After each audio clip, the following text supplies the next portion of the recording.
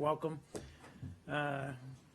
Good to see you in this exercise in transparency and democracy. Is that what it is? An urgent travel warning for Americans: stay out of Iran or possibly go to jail. The country has imprisoned at least 3 Americans since the U.S. handed over $400 million in cash to that country. It made a lot of allegations that this was ransom. It is not. It was not. We said that from the beginning. There was no linkage between this settlement and the freeing of these Americans. The warning says that Iranian authorities continue to detain and imprison us. Citizens, particularly Iranian Americans, including students, journalists, and business travelers, also academics, have been held on charges including espionage and posing a potential threat to national security.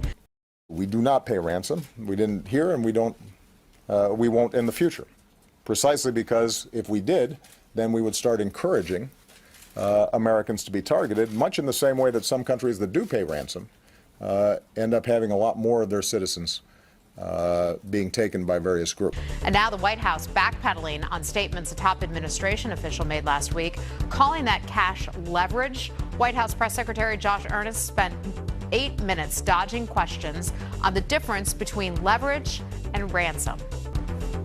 Our story on this and the way that we have described what our goals are have not changed. I'm happy to spend all the time that you would like talking about the details of the Iran agreement. The president spoke publicly on live national television laying out the terms of this agreement. There are so many details that were included in what were extraordinarily complex agreements. I can't go back through all of the questions that all of you have asked.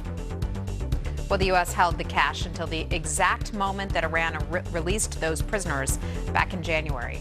So, getting away from the word leverage, which in basic English, you're saying that you wouldn't give them the $400 million in cash until the prisoners were released, correct? That's correct. In this exercise in transparency and democracy. Is that what it is?